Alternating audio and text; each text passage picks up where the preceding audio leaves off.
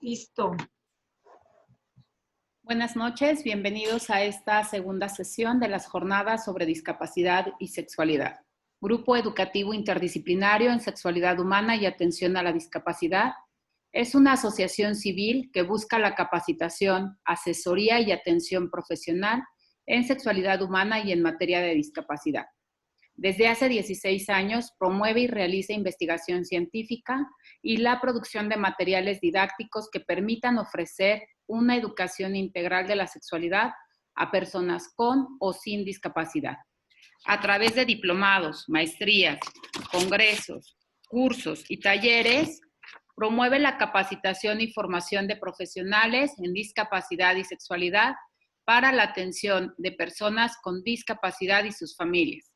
Desde el 2004 ha promovido cambios culturales, políticos y sociales que permitan el ejercicio de los derechos sexuales y reproductivos de manera informada, libre y responsable.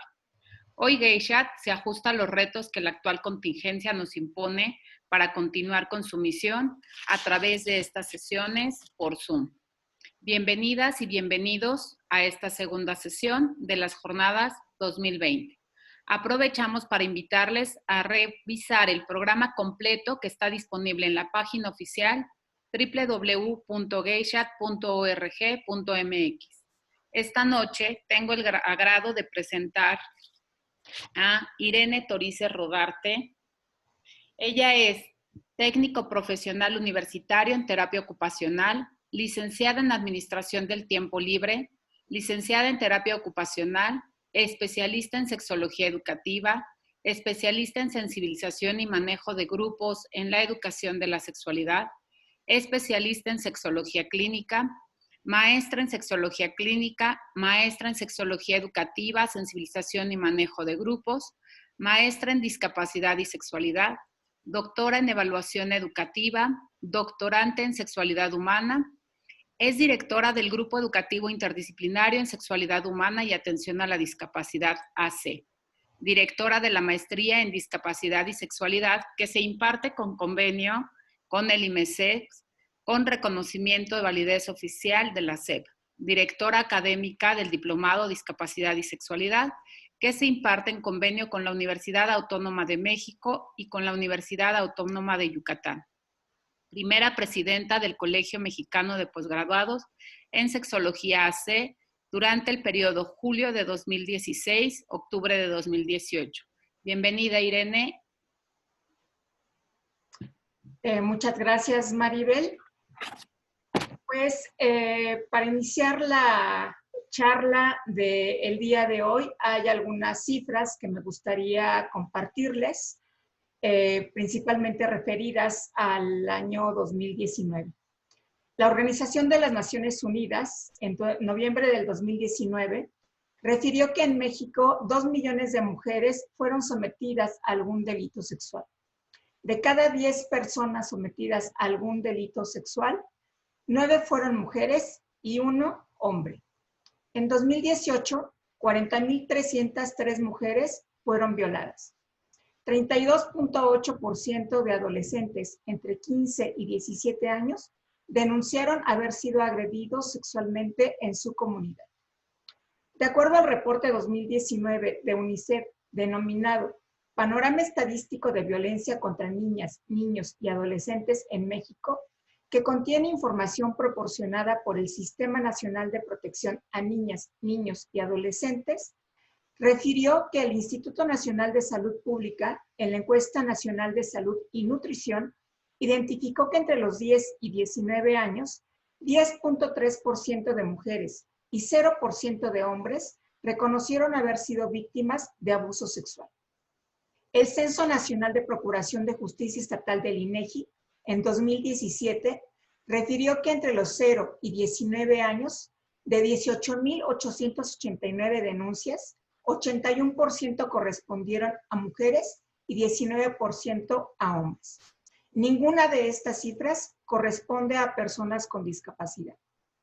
La OCDE, en un comunicado del Senado de México, publicado en agosto de 2019, refirió que México ocupa el nada honroso primer lugar mundial en abuso sexual infantil.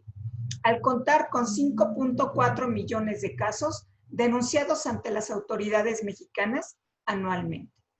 Con esta información nos introducimos al tema de hoy: prevención, identificación y notificación del abuso sexual infantil.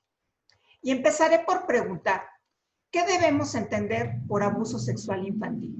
Existen diversas definiciones y conceptualizaciones acerca del abuso sexual infantil.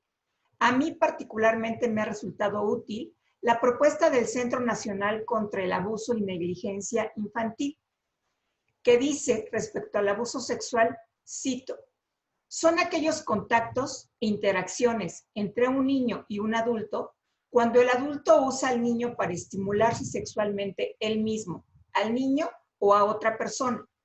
El abuso sexual puede también ser cometido por una persona menor de 18 años cuando ésta es significativamente mayor que el niño o cuando el agresor está en una posición de poder o control sobre otro.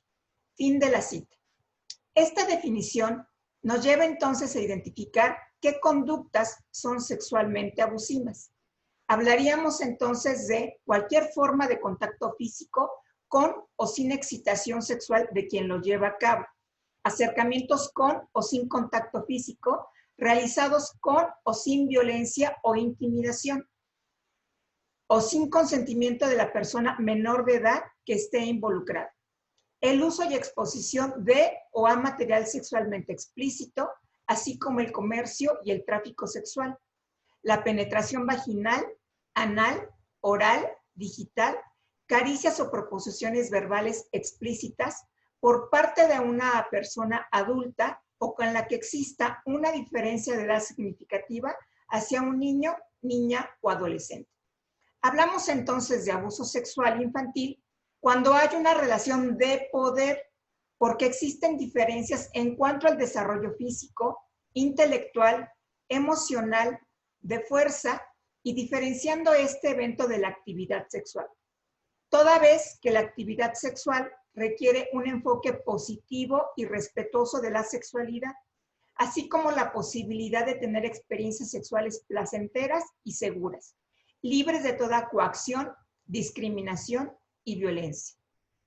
Las personas adultas con frecuencia confunden los juegos sexuales entre pares con lo que pudiera ser el abuso sexual. Sin embargo, podemos diferenciarlos de este ilícito si tenemos en cuenta que los juegos sexuales pueden favorecer el descubrimiento de las diferencias entre los sexos, permiten la imitación de roles sexuales, de género e incluso profesionales. Favorecen la construcción de la identidad sexual y de la identidad de género, permiten el reconocimiento de sensaciones placenteras y displacenteras y se realizan consensuadamente, es decir, con acuerdo de las partes, propiciando relaciones de respeto entre niñas, niños y adolescentes. Dentro de esta actividad explorativa, que son los juegos sexuales, encontramos los juegos del doctor, la casita, la escuelita, las cebollitas, policías y ladrones, entre muchos otros, en los que puede existir contacto físico e incluso algún grado de desnudez. Y seguro recordaremos haber participado voluntariamente en alguno de estos. Lo que es importante es enseñarles a niñas, niños y adolescentes que en todo tipo de juego hay que respetar a las personas y cuáles son los límites necesarios para lograr. Es decir, si en este juego de pronto alguien dice, yo ya no juego, se debe parar en ese preciso momento y respetar la decisión de quien no desea seguir jugando. De esta forma, contribuiremos a que desarrollen habilidades como el establecer límites, la comunicación asertiva, la resolución de conflictos, la autorregulación, entre otras. Ahora habría que preguntarles, ¿cuáles son los factores de riesgo de abuso sexual infantil y cómo podemos identificarlos? Es importante considerar que pueden existir factores de riesgo individuales, familiares y socioculturales. Los factores individuales incluyen las características de quienes se encuentran más cercanos al círculo de cuidado de la familia y también los que corresponden a niñas, niños y adolescentes. Hablaríamos entonces de factores parentales y propios de las y los menores. Para identificar los factores parentales de riesgo, debemos preguntarnos, ¿quiénes son la madre y el padre de estos menores? ¿Cómo son? ¿Con qué habilidades cuentan? ¿Cómo se relacionan con otras personas adultas y menores de edad? Si atienden o no las necesidades familiares. Y para identificar los factores relacionados con las características del niño, niña o adolescente, igualmente habrá que preguntarnos, ¿quién es este niño o niña? ¿Cómo es? ¿Con qué habilidades cuenta? ¿Cómo se relaciona con las personas adultas y con sus pares? ¿Tiene necesidades particulares que deban ser atendidas por enfermedad, discapacidad, abandono o necesidad de cuidado de terceros? Dentro de los factores familiares, incluiríamos la valoración de las características del sistema familiar, en cuanto a la relación madres, padres, hijos e hijas. ¿Cómo es la relación entre quienes conforman la pareja? Si existe una relación de pareja. ¿Y cómo se relacionan las figuras parentales con las niñas, niños y adolescentes que forman parte de esta familia, sean o no parte de la prole de la pareja? La relación es cordial, afectuosa, de atención a sus necesidades, o por el contrario, es tensa, violenta, negligente. En cuanto a la relación de pareja, habría que preguntarse si es una pareja constituida por decisión o por obligación. ¿Cuánto tiempo pasan juntos? ¿Quién es responsable de qué dentro de esta relación?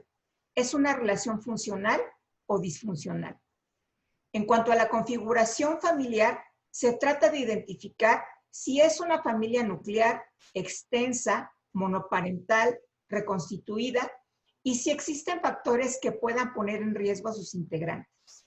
En cuanto al aislamiento social de la familia, hay que preguntarnos si existe ausencia de relaciones personales satisfactorias, falta de personas significativas de soporte, como pudieran ser familiares, amistades, grupos de apoyo, si existen diferencias culturales con el grupo mayoritario, si son producto de migración, si existen procesos degenerativos de la propia persona en situación de riesgo o en sus cuidadores primarios. Y dentro de los factores socioculturales incluiríamos lo correspondiente al contexto escolar o laboral, el cual representa el marco en el que se desenvuelven las familias y los posibles agresores. Es importante el análisis del contexto para identificar el riesgo de ocurrencia del abuso sexual y debe incluirse la evaluación del centro escolar o laboral, la historia de cada uno de estos centros, las condiciones físicas del inmueble, los programas de apoyo con que cuenta, la movilidad del personal, entre otros aspectos. Cuando consideramos las redes de apoyo, que de acuerdo a Linmujeres son, a nivel familiar y social, aquellos que se constituyen por los recursos materiales, afectivos, emocionales y de servicios que pueden movilizarse para afrontar situaciones de riesgo, como pudiera ser el apoyo para el cuidado de niñas, niños y adolescentes. Mediante las redes, las personas crean lazos entre sí para salvaguardarse. Los factores culturales son las formas y expresiones que caracterizan a una población específica y determinan su compromiso en el cuidado de niñas, niños y adolescentes, tales como la etnicidad, nivel educativo, género, religión, lengua, cosmovisión, arquetipos, creencias, costumbres y valores. Es importante identificar si alguno de estos factores puede poner en riesgo al colectivo infantil al que se presta un servicio o del que se tiene responsabilidad en la crianza. Entonces, el abuso sexual infantil, como podemos darnos cuenta, es resultado de la conjunción de diversos factores. No hay un factor causal único. Es importante trabajar y promover los factores de protección a la infancia y evaluar los riesgos añadidos en poblaciones con mayor riesgo, como pudiera ser la población con discapacidad, en situación de calle, en situación de abandono o con otros riesgos, sin estigmatizarlos. A partir de estos indicadores, ¿cómo podemos entonces prevenir el abuso sexual infantil? Hablaríamos de 3 niveles de prevención. La prevención primaria es aquella que se dirige a la población general cuando no ha ocurrido el abuso, lo cual favorece la detección oportuna en caso de que suceda. La prevención secundaria, que está dirigida a poblaciones en riesgo, lo que puede impedir que se incremente su vulnerabilidad. Y la prevención terciaria, que inicia cuando ha ocurrido el abuso y hay que desarrollar pautas de autoprotección, tratamiento y rehabilitación eficaz. Si es posible, la prevención terciaria incluye el trabajo con la persona agresora, particularmente, aunque no de forma exclusiva, si es alguien que pertenece a la familia de la posible víctima. La prevención y la atención no son intervenciones de una sola vía. En la medida en que se brindan acciones preventivas en cualquier nivel, debe garantizarse la atención de la persona que fue sujeto de abuso sexual. Todos los programas de prevención del abuso sexual infantil tendrían que centrarse en promover el buen trato a la infancia, la educación integral de la sexualidad, considerando no solamente a niñas, niños y adolescentes, sino también a las familias y a la comunidad, con un enfoque de derechos humanos y con perspectiva de género. Considerar, como ya se ha dicho, tanto la atención a la posible víctima como al posible agresor. Ahora, ¿qué requiere un programa de prevención del abuso sexual infantil? Requiere involucrar a la familia y otros actores sociales, como el personal docente y de salud, cuidadores secundarios o terciarios, el apoyo y asesoramiento de profesionales en el campo de atención al abuso sexual infantil, considerando que la atención especializada puede dar resultados favorables en un tiempo más corto. También requiere considerar particularmente a grupos en mayor riesgo, como se ha mencionado, personas con discapacidad, abandono, en situación de calle, que vive situaciones de violencia de otros tipos, población adulta mayor que puede presentar deterioro en sus funciones y que puede también ser susceptible a este ilícito. Por cierto, el día de ayer, 15 de junio, fue el Día Mundial de Concientización sobre el Abuso de Ancianos, para tomarlo en cuenta. Continuando, un programa de prevención requiere también, y esto es muy importante, la evaluación previa y posterior de todos los instrumentos del programa, basados en la educación integral de la sexualidad y el buen trato. La importancia de la evaluación es su utilidad para retroalimentar y mejorar cualquier intervención del programa de prevención puesto en marcha. La evaluación también permite recuperar la experiencia generada, lo cual facilita la toma de decisiones, la identificación de áreas de oportunidad y rediseñar, de ser necesario, la intervención. Desde mi experiencia de trabajo en casos de abuso sexual en el ámbito clínico, en el caso de personas en condición de discapacidad y sin ella, ha sido de gran utilidad evaluar lo que en terapia ocupacional conocemos como componentes del desempeño, es decir, los componentes motores, sensoriales, emocionales y sociales que pueden impedir reaccionar ante el abuso sexual, comunicarlo, entenderlo y afrontarlo para recuperar el control del propio cuerpo, la expresión emocional y los vínculos sociales. Ahora, ¿cómo logramos identificar el abuso sexual infantil? Para identificar el abuso sexual infantil, es necesario tener claras las circunstancias por las que ocurre este hecho y tener presente que en ningún caso se refiere o se remite a actos espontáneos. Son actos perfectamente planificados por el agresor con estrategias manipulativas hacia el niño, niña o adolescente. Son situaciones progresivas, generalmente prolongadas, es decir, quien agrede se aproxima a la posible víctima poco a poco hasta ganarse su confianza y no abusa una sola vez, lo hace repetidamente y con frecuencia de varias víctimas.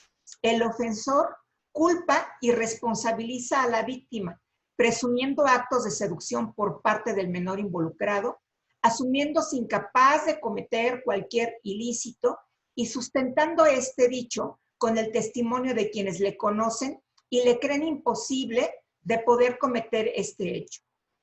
Tener en cuenta también que es una experiencia cargada de violencia emocional.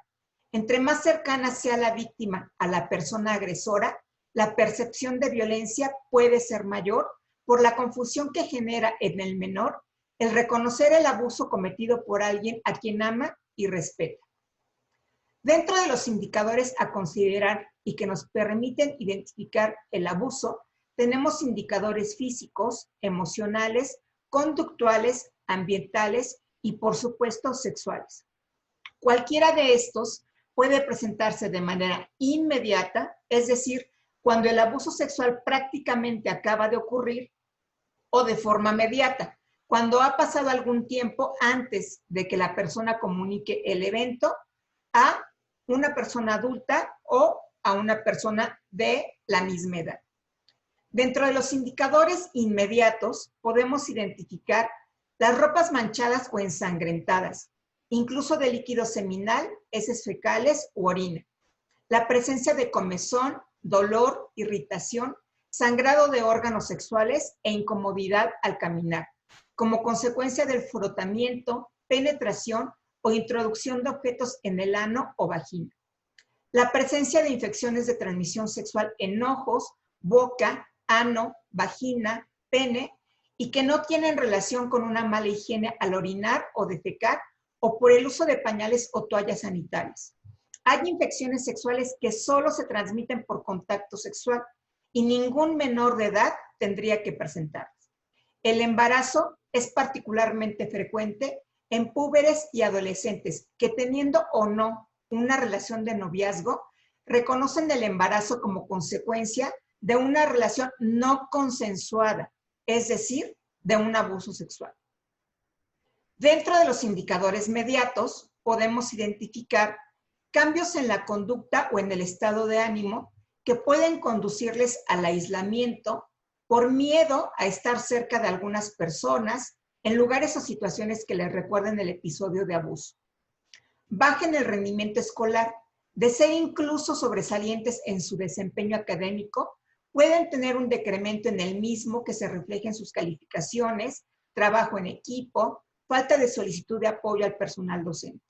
También pueden presentar conductas obsesivas, como el bañarse varias veces al día, cambiarse de ropa constantemente, lavarse las manos, la cara, el cuello o cualquier parte de su cuerpo que pudiera haber sido tocada por el presunto agresor. Una necesidad de mantener el orden y de organizar las tareas propias y también las de otras personas. Puede haber alteraciones del sueño y de la alimentación. Puede haber hipersomnia, es decir, un deseo imperativo de dormir, o insomnio, dificultad para conciliar el sueño. Hiperfagia, muchas ganas de comer o una negativa a alimentarse. También pueden presentarse problemas de salud físicos, emocionales, que pueden ser reales o sin causa aparente. Aquí es muy importante tener claro que la persona que vivió el abuso realmente se siente enferma y puede ser un grito de ayuda que es importante escuchar. Ahora, ¿qué factores del abuso sexual pueden interferir en el desarrollo infantil y adolescente? Primero que nada, la duración, frecuencia y tipo de abuso. No es lo mismo que el abuso ocurra una sola vez a muchas ocasiones, o que haya sido un hecho sin otro tipo de violencia, a un evento con una carga importante de violencia física, verbal o de otra índole, además de la sexual. Las características de personalidad de la posible víctima. Entre menos sean los componentes del desempeño, las habilidades socioemocionales y, en consecuencia, sea más difícil para la víctima hablar del evento por una autoestima poco nutrida, resistencia a pedir ayuda, culpa o por una sensación de omnipotencia, la identificación y acompañamiento puede demorarse y el impacto en el desarrollo integral hacerse más evidente. La edad de la persona agresora y la víctima. Entre mayor sea la diferencia de edad, el impacto en el desarrollo suele ser más importante. La sensación y realidad de indefensión e impotencia, cuando hay una diferencia de poder significativa, suele incrementar los efectos negativos en el desarrollo. También influye la identidad, ejecución y motivación de la persona agresora. Como se ha dicho, la cercanía de la persona agresora con la posible víctima, la forma en que ocurrió el evento y las razones por las que ocurrió este hecho pueden atentar significativamente con el sano desarrollo de quien ha experimentado abuso sexual. El número de agresores involucrados es también un factor que puede afectar el desarrollo. Los abusos tumultuarios pueden hacer más difícil entender la situación. El evento suele confundir a la víctima y, en consecuencia, alterar, por ejemplo, su capacidad de procesar información. La influencia del entorno en la posible víctima. Las respuestas escandalosas por parte de la familia, del centro escolar o de cualquier institución en que se tenga conocimiento del ilícito pueden llevar a la revictimización, despersonalizando a quien ha sido sujeto de abuso, convirtiéndolo en el objeto identificado. Estas respuestas en nada contribuyen a la salvaguarda y atención inmediata de la posible víctima. Influye también la implicación de la posible víctima en un proceso penal. Denunciar no es una decisión sencilla. Es importante considerar los pros y contras existentes, como la falta de personal especializado, si hablamos de personas con discapacidad, que requieren, por ejemplo, de intérprete de lengua de señas mexicana, el cambio de responsables de seguimiento al caso, las citas en horarios escolares y muchos otros factores que rompen la rutina del menor y pueden hacerle sentir poco importante para quienes debieran brindarle protección. Y en este sentido, ¿qué ocurre con aquellas niñas, niños y adolescentes que no reciben atención especializada? La Comisión de Derechos Humanos del Distrito Federal considera sobrevivientes de abuso sexual infantil a adolescentes y personas adultas que experimentaron abuso sexual durante la niñez, independientemente de quién o quiénes hayan sido los abusadores, y que no hayan recibido psicoterapia específica, que pudiera ser el caso de algunas de las personas que el día de hoy estamos reunidas. ¿Cómo actuar entonces para notificar los casos de abuso sexual infantil? La actuación para la notificación del abuso sexual debe estar englobada dentro de los planes generales de centros de atención a niñas, niños y adolescentes. Es necesario establecer un protocolo de atención en cada institución. El protocolo debe atender a las necesidades particulares de la población beneficiaria de ese centro. Por tanto, no existe un protocolo universal de actuación y es importante tenerlo presente. Es indispensable incluir en los contenidos del programa anual de trabajo aspectos relativos a la prevención del abuso sexual, como se ha dicho reiteradamente, centrados en el buen trato. Es fundamental cuando un niño, una niña o adolescente revela a una persona adulta que está siendo víctima de abuso sexual, no perder de vista la responsabilidad que se tiene de atender y notificar de inmediato el hecho, considerando en primer término los procedimientos de intervención y a la vez tomando las medidas necesarias para salvaguardar la integridad del menor. ¿Cuáles son estas medidas de salvaguardia? Investigar qué ocurrió, dónde ocurrió, cómo ocurrió, quién presuntamente cometió el abuso. Creerle a la persona sin importar su edad. La confianza es primordial para salvaguardar la integridad de quien denuncia el hecho y reconocer el valor que tuvo la persona al comunicarlo, independientemente de la edad de quien notifica el evento. Evitar el contacto de quien abusa con la víctima es esencial. Enfrentar al victimario con la posible víctima constituye en sí misma una forma de violencia y de intimidación, por lo que es necesario evitarlo. Crear un ambiente de seguridad para hablar con la posible víctima, para acompañarla en el proceso de construcción de redes de apoyo, para hacerlo del conocimiento de la familia y de las autoridades, si fuera el caso. Evitar en el niño, niña o adolescente sentimientos de culpa o pedirles que lo olviden. Preguntas como, ¿qué hiciste para que ocurriera? ¿Por qué te quedaste sola con él? ¿Cómo se te ocurrió irte con esa persona? Estás mintiendo, eso no pasó. O mejor no digas nada, no busques problemas. Hace pensar que dejar de hablar del evento no hará que quien ha vivido abuso sexual olvide lo ocurrido. Por el contrario, es una forma de postergar la resolución del evento y la atención emocional y de salud necesaria para que esto se logre. También es importante no confrontar u hostigar a la víctima. El obligar a la posible víctima a contar una y otra vez lo que ocurrió poco ayuda para ganar la confianza. Es preferible preguntar si desea hablar del evento y respetar si no desea hacerlo, dejando abierta la puerta a la escucha para cuando la persona se sienta lista. Es fundamental atender las necesidades de salud y reducir el sufrimiento de la víctima y la familia. Atender las necesidades tanto físicas como emocionales es primordial, particularmente si existe el riesgo de embarazo, de infecciones de transmisión sexual o si existen lesiones físicas graves en la presunta víctima. No perdamos de vista que también la familia está en el proceso de entender lo que ocurrió, está en proceso de duelo. La falta de atención a sus necesidades puede entorpecer el acompañamiento a quien ha sido víctima de abuso sexual. Y ante la denuncia, también es necesario el apoyo terapéutico. El acompañamiento a quien vive una situación de abuso por parte de cualquier institución no concluye cuando se realiza la denuncia ante las autoridades. Es necesario dar seguimiento al proceso, saber cómo se está sintiendo la persona durante el mismo, en qué le ha beneficiado y si le ha perjudicado, si desea continuar el mismo o no y cuáles son sus razones. Para terminar, es importante para mí invitarte a motivar.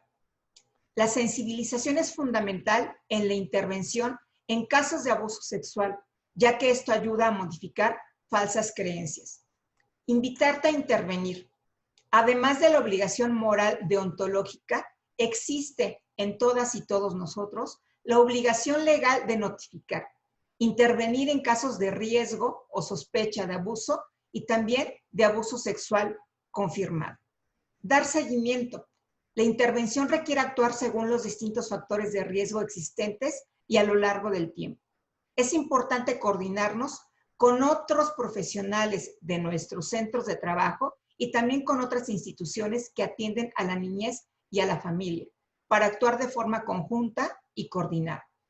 Y por supuesto, insistiendo, promover el buen trato.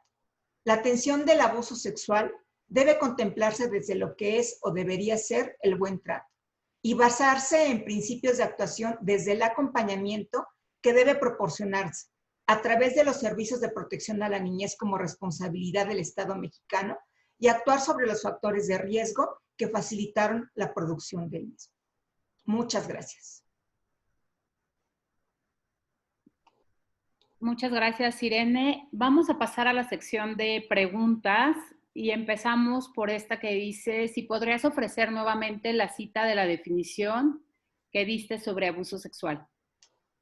Sí, con gusto. La definición es del Centro Nacional contra el Abuso y Negligencia Infantil y refiere que el abuso sexual son aquellos contactos e interacciones entre un niño y un adulto cuando el adulto usa al niño para estimularse sexualmente él mismo, al niño o a otra persona.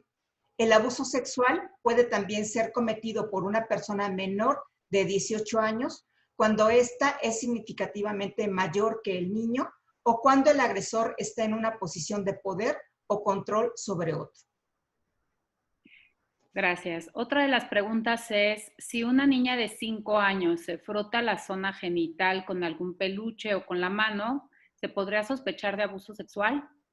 No necesariamente, ya que a esta edad es común que niñas y niños estimulen con juguetes sus órganos sexuales o utilizando el borde de una mesa o una silla e incluso frotándose contra el cuerpo de otra persona. Esta es una forma de autoexploración que puede resultarles placentera y por eso es que repiten la conducta. Es importante, sin embargo, decirles que esta es una conducta íntima que tienen que realizar en privado y que requiere que lo hagan con la puerta cerrada. Y hay que tratar de indagar si la niña o el niño vio esta conducta dentro de su casa o en la escuela y si comparten el cuarto con otros miembros de la familia, acordar que mientras ella tenga la puerta cerrada, nadie de la familia puede entrar. Para pensar en un posible abuso sexual infantil, es necesario observar si están presentes algunos de los indicadores inmediatos o mediatos que se mencionaron durante la charla. Pero el simple frotamiento no es un indicador de abuso sexual infantil. Gracias. ¿Podrías comentarnos cuál es la diferencia que hay entre abuso sexual y violación? En cuanto a la atención de la víctima o que la víctima requiere, no hay ninguna diferencia. Sin embargo, legalmente, para que se considere violación, tiene que realizarse la cópula o introducción del pene o cualquier objeto en la vagina o el ano de la víctima, de acuerdo a lo que refiere el Código Penal Federal, que su última reforma fue en enero de este año. El abuso sexual, de acuerdo a este mismo código, se refiere a cuando se obliga a una persona a ejecutar actos sexuales sin el propósito de llegar a la cópula, entendiendo por actos sexuales desde el Código Penal Federal los tocamientos o manoseos corporales obscenos o los que representen actos explícitamente sexuales o obliguen a la víctima a representarlos, que sería el caso, por ejemplo, de utilizar a los menores para la pornografía. También se considera abuso sexual cuando se obliga a la víctima a observar un acto sexual o a exhibir su cuerpo sin su consentimiento.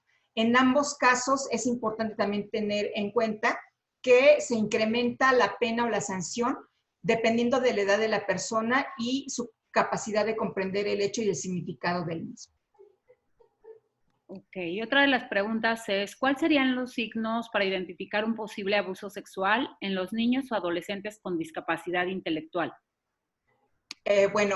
Serían los mismos que para una persona que no presenta una condición de discapacidad, y habíamos hablado que hay indicadores inmediatos, que son los que pueden haber sucedido hace unas horas o hace unos días, como son las ropas manchadas o ensangrentadas, la presencia de comezón, dolor, irritación, sangrado de órganos sexuales, incomodidad al caminar, presencia de infecciones de transmisión sexual en ojos, boca, ano, vagina, pene, y en el caso de púberes y adolescentes, la presencia de embarazo. Y hay también indicadores mediatos. Estos pueden presentarse semanas después, meses después o incluso años después de que se vivió el abuso. Y aquí entrarían los cambios en la conducta o en el estado de ánimo, el aislamiento, el miedo a estar cerca de algunas personas en lugares o situaciones que les recuerden el episodio de abuso, la baja en el rendimiento escolar, las conductas obsesivas, las alteraciones del sueño y la alimentación y los problemas de salud principalmente. ¿Cuáles serían algunas recomendaciones para la prevención en personas con discapacidad, específicamente autismo, además de ser informadas sobre cuestiones públicas y privadas y lo que es el abuso? Bueno, en este caso, no solamente en el autismo, sino en cualquier condición de discapacidad, además de verificar cuáles son los indicadores ya mencionados que pueden estar presentes, es importante tener los principios de atención presentes, que es creerle a la persona sin importar su edad o condición de discapacidad, recordar que la confianza es primordial, evitar el contacto de quien abusa con la víctima, crear un ambiente de seguridad, evitar sentimientos de culpa o pedirle a quien ha sido víctima del abuso que lo olvide, no confrontar o hostigar a la víctima, atender sus necesidades de salud y reducir el sufrimiento tanto de la víctima como de la familia, así como dar apoyo terapéutico si se denuncia a las autoridades. Es importante también identificar a personas adultas que puedan apoyar para notificar la presencia de los indicadores de abuso si nosotros no estamos en contacto continuo con este menor o esta menor. Y si ya se tiene confirmado el evento, recuperar la información respecto a dónde ocurrió, cómo ocurrió, si se tiene identificado al presunto agresor, cuáles son las competencias del menor para comunicar el evento, para proceder a la denuncia si así se decide. Sé que en ocasiones es difícil que una persona con discapacidad comunique verbalmente que ha sido o está siendo abusada sexualmente. En estos casos se puede utilizar el dibujo, el juego, las películas y otros materiales audiovisuales que se han creado específicamente para identificar el abuso sexual en personas que no han desarrollado el lenguaje oral o la lengua de señas mexicana en el caso de las personas sordas. Y en estos casos también será necesario ser más puntuales en el registro y seguimiento de los indicadores inmediatos para poder ofrecer una atención oportuna y eficaz que garantice la salvaguarda de quien ha vivido el abuso sexual. Y para la prevención en cualquiera de sus tres niveles, es necesario fortalecer los componentes del desempeño. Ya se había mencionado los componentes motores, que pueden ser los arcos de movilidad, la fuerza muscular, la funcionalidad que tiene a nivel motor la persona, los procesos sensoriales, como puede ser las relaciones visoespaciales, los reflejos, la sensibilidad, los de tipo cognitivo, como puede ser su capacidad de comprensión, su capacidad para resolver problemas, el manejo del tiempo, los procesos emocionales, como puede ser los comportamientos para enfrentar problemas, su autoestima, su autoidentidad, su autocontrol, y los sociales, que básicamente será la interacción individual y grupal o en pares, que pueden impedir reaccionar entre el abuso sexual, comunicarlo, entenderlo y afrontarlo para recuperar el control del propio cuerpo, la expresión emocional y los vínculos sociales. Bueno, otra de las preguntas que nos hacen es, a grandes rasgos, ¿cómo sería abordar un abuso sexual infantil desde la perspectiva de género? Bueno, a través de este modelo, niñas, niños y adolescentes identifican estereotipos y desigualdades que están relacionadas con actos violentos de los que pueden ser partícipes de diversas formas, incluyendo el ser víctimas de abuso sexual. La intervención se fundamenta en la idea central de que todas las personas, mujeres y hombres, son capaces de cambiar y trabajar a favor de una convivencia sin violencia en su entorno familiar, escolar o dentro de la comunidad.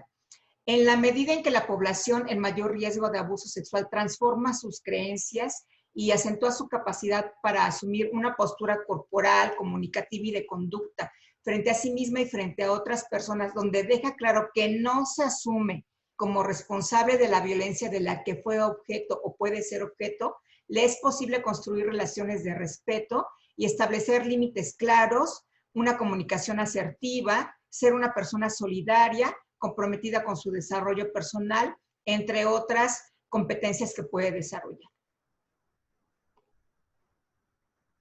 Bueno, nos preguntan, dice, ¿se habló de penetración digital? ¿A qué se refiere? La penetración digital se refiere a la introducción de los dedos en el ano o la vagina o incluso dentro de la boca si tienen una intención de abuso sexual al menor.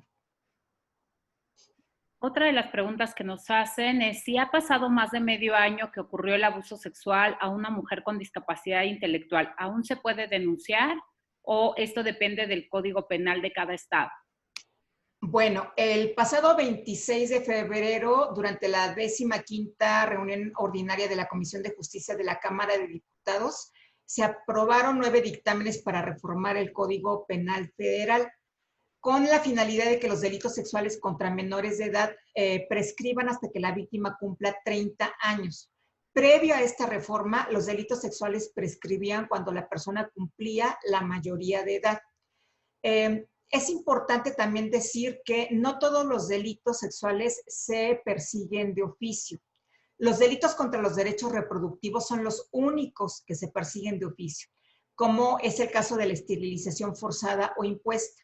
En cuanto a los delitos sexuales, a excepción de los que se señalen en el Código Penal Federal o estatal, que se persigan por querella de la parte ofendida, familiares, cuidadores o tutores, prácticamente ninguno se persigue de oficio. Ahora, para que esto nos quede más claro, a los delitos que el Ministerio Público debe perseguir por el simple hecho de que tenga conocimiento de estos, es a los que se les llama delitos que se persiguen de oficio. Otros solo se pueden perseguir si la parte afectada, es decir, la víctima, le solicita al Ministerio Público que los persiga. A esta petición es a lo que se le llama querella. Y entre estos está el abuso sexual infantil. En otros casos, cuando una persona que no es la víctima informa de la comisión de este delito, se le denomina denuncia. La notificación del abuso sexual y violación por parte de quien ostenta la guardia y custodia de una persona menor de edad entraría en este supuesto. Las diferencias en los códigos penales estatales efectivamente pueden marcar una diferencia significativa en cuanto a la tipificación del delito y la pena que se imponga al presunto agresor. El Código Penal Federal, sin embargo, aplica a toda la República Mexicana para los delitos de orden federal. Este no es el caso de todos los delitos sexuales. El único delito que entra como delito federal es el tráfico y el turismo sexual de niñas, niños y adolescentes. Y sí, aún existen diferencias en los códigos penales de cada estado en cuanto a definiciones y penas. Sin embargo, en razón de lo establecido en la Convención sobre los Derechos de las Personas con Discapacidad la Convención sobre los Derechos de la Niñez, la Convención sobre la Eliminación de todas las formas de discriminación contra la mujer y otros tratados internacionales, la legislación nacional y todos sus documentos rectores deberían ya en este momento estar armonizados para garantizar la protección de los derechos humanos y el interés superior de la niñez. Así es que podría apelarse la sentencia para que el delito de abuso sexual o de violación sea juzgado garantizando el beneficio máximo para la posible víctima. Bueno, uno de los comentarios dice, imperante la elaboración de protocolos de actuación en el sistema de justicia, ¿tienen una metodología específica? Sí, como había yo mencionado hace unos momentos, los protocolos no son universales, tendrían que realizarse para cada institución e incluso para cada grupo de población específico. Voy a tratar de explicar. Los protocolos de actuación en casos de delitos sexuales deben responder a varias preguntas e incluir al menos los siguientes apartados. La primera pregunta sería, ¿en dónde se va a llevar a cabo este protocolo? Y esto tendría que definirse por la institución, la dependencia en donde el protocolo va a aplicarse. La presentación del protocolo respondería a la pregunta de ¿para qué? ¿Para qué creamos este protocolo? ¿Qué es lo que va a atender y a quiénes está dirigido? La introducción incluiría responder a la pregunta ¿cómo se fundamenta este protocolo? Que sería anotar cuál es el paradigma profesional del que parte el protocolo, cuáles son los modelos o teorías en los que se fundamenta la atención, cuáles son los marcos de referencia derivados de los modelos que se incluyeron para crear este protocolo. Tendría también que incluirse un glosario de términos, de tal forma que toda persona que lo lea entiende el significado de los principales conceptos. Hay que incluir también los objetivos, tanto generales como específicos, de este protocolo de actuación o de intervención. El marco normativo, que se refiere a las leyes, tratados, acuerdos, reglamentos, a nivel nacional, a nivel comunitario y a nivel local o institucional, si fuera el caso de los reglamentos. También habría que responder a quién beneficia el protocolo, y aquí tendríamos que exponer quién es la población diana o objetivo, incluyendo la intervención con colectivos que presentan necesidades particulares, como es el caso de las personas con discapacidad en situación de calle o en situación de abandono. ¿Hacia dónde se van a orientar las acciones? Respondería qué, cómo y cuándo cada persona involucrada en el proceso hará qué. Y tendría que diseñarse un diagrama de flujo para tener visualmente presente todas estas acciones, el plan de actuación de cada uno de los actores con sus objetivos, contenidos a desarrollar y actuación específica de cada miembro del personal, así como la referencia de instituciones de apoyo para sostener o sustentar este protocolo, y si se contemplan intervenciones grupales, también definir claramente cómo se llevarían a cabo. Debe incluir el protocolo también una evaluación de la actuación y respondería a las preguntas: ¿quién hará esta evaluación? ¿Cómo se hará? ¿A quién se rendirán cuentas? Y como es un protocolo que está basado en modelos y marcos de referencia, hay que incluir la bibliografía bajo la cual se sustenta el protocolo y también los anexos, en donde se incluirían los instrumentos de evaluación, los formatos de notificación, notas informativas, actas de hechos o lo que se considere desde la institución necesario para poder tener perfectamente armado este protocolo y que no haya ninguna fuga de información en ningún momento de la aplicación del mismo. Irene, ¿qué se puede hacer cuando el niño o niña externa el abuso sexual y la familia no le cree o invisibiliza el abuso a causa de que se da por un integrante de la familia? Bueno, en estos casos es posible presentar una denuncia civil en las agencias especializadas en delitos sexuales, que también se conocen como denuncias públicas, el Sistema Nacional para el Desarrollo Integral de la Familia, mejor conocido como el DIF, el Sistema Nacional de Protección Integral de Niñas, Niños y Adolescentes, conocido como CIPINA, o si el niño o niña asiste a algún plantel escolar, puede hacerse de conocimiento el hecho al personal directivo de la institución para que actúe conforme lo establece el protocolo de actuación para casos de maltrato y abuso sexual infantil de la Secretaría de Educación Pública. Irene, ¿consideran que la falta de expertos en discapacidad limita la posibilidad de denuncia del abuso sexual? Por ejemplo, estos consultorios inaccesibles o que el médico no sepa lengua de señas mexicanas que está muy relacionada con otra pregunta que nos hacen sobre la interpretación en estos temas tan íntimos. Bueno, en casos de abuso sexual es muy importante brindar a personas con discapacidad todos los apoyos que les sean requeridos para poder garantizar su atención oportuna a todas sus necesidades, tanto de salud física como de salud emocional y durante el proceso de atención sexológica.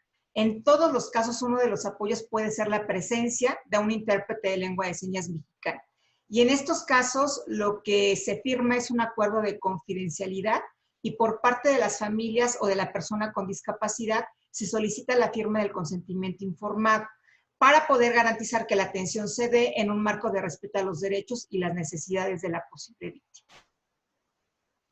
Cuando una persona con discapacidad intelectual requiere apoyos permanentes, no es capaz de decidir sobre su derecho a la atención en caso de abuso sexual, ¿lo pueden hacer sus padres o cuidadores principales? Sí, de hecho, cuando se trata de menores de edad con discapacidad intelectual o con cualquier otra condición de discapacidad, habitualmente son las familias o prestadores de servicios de salud o de educación quienes refieren a estos menores, a estas menores para la identificación, confirmación del abuso y su inmediata atención. Y yo diría que la capacidad de decisión en personas con discapacidad intelectual es relativa. Si son capaces de decidir qué quieren o qué no quieren comer, qué ropa se quieren poner, pueden decidir sobre su atención en casos de abuso sexual. En ocasiones, cuando llegan con nosotros a la consulta, no les queda completamente claro por qué se encuentran en nuestro servicio, porque las familias no se los comunican y el personal educativo de salud tampoco lo hace. Entonces hay que empezar por explicarles. Decirles que una de las razones es porque es importante que nadie vuelva a tocar su cuerpo sin su consentimiento y también que la decisión de seguir asistiendo a las sesiones es solo suya, que es un espacio en el que podemos hablar de lo que le pasó, es decir, del abuso sexual, pero también podemos hablar de otras cosas que le parezcan importantes.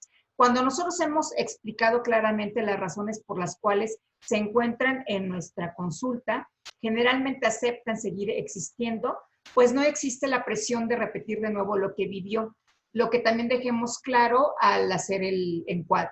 En estos casos se trabaja de manera coordinada con la familia y si es necesario con la escuela o el centro donde recibe otros apoyos para poder garantizar el beneficio máximo de la atención para resolver el abuso sexual. Irene, ¿qué opinas de la profesionalización de la educación de la sexualidad? Y comentan si GayChat cuenta con algún curso para capacitarnos más en el tema como profesionales de la salud. Bueno, la profesionalización es fundamental en este tema y yo me iría por dos vertientes. La primera, contar con formación especializada en discapacidad y sexualidad si se va a trabajar con población con discapacidad. Y la segunda, contar con formación en atención al abuso sexual infantil. El contar con formación de licenciatura, por ejemplo, en algún tipo de psicoterapia o en cualquier otro tipo de formación de licenciatura, no garantiza que se tengan los elementos para atender al abuso sexual o la sexualidad de personas con discapacidad. Existe entonces la necesidad de seguir formándose y actualizándose en aquellas ramas del conocimiento que permitan una atención más integral a la población que prestamos nuestros servicios. Atender el abuso sexual no es una tarea sencilla. Puede ser difícil desde lo que escuchamos de quien ha vivido el abuso y de sus familias. También es difícil desde la experiencia personal. Las historias de abuso a veces pueden hacernos caer en cuenta que en algún momento fuimos víctimas de este ilícito. Incluso el tomar un curso sobre abuso sexual como el del día de hoy puede llevarnos a rememorar esta experiencia. Es posible que no sea nuestro interés formarnos para la atención a la sexualidad de personas con discapacidad. Y respondiendo a la segunda pregunta, en GayChat tenemos una amplia cartera de cursos, talleres y diplomados que también incluyen la atención a otras poblaciones, como es el caso del Diplomado en Sexualidad Infantil y Adolescente. La información de toda nuestra oferta académica la pueden consultar en nuestra página www.gaychat.org.mx.